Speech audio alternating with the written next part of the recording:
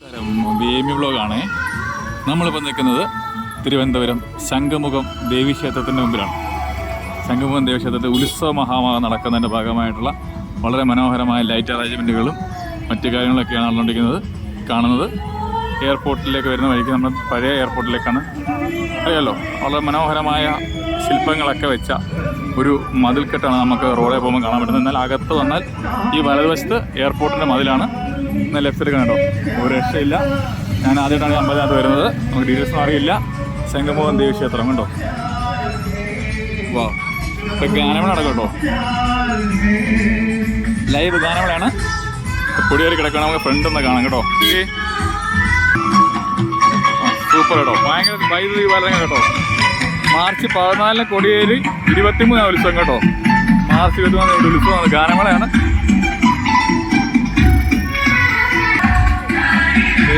കേട്ടോ, കൊടിയേറ്റ് 14/3 ആയിരുന്നു. 22-ാം തീയതി പൊങ്കാലയാണ്.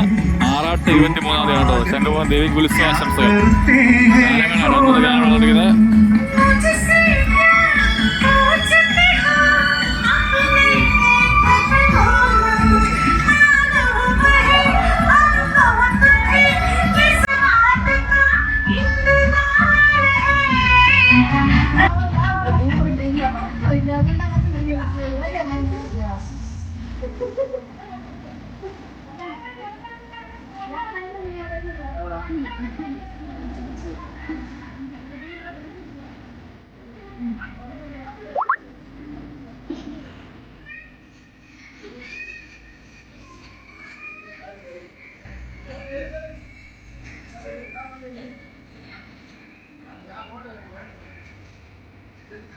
അങ്ങനെ കൊടിയേറിയ ഉത്സവമാണ്.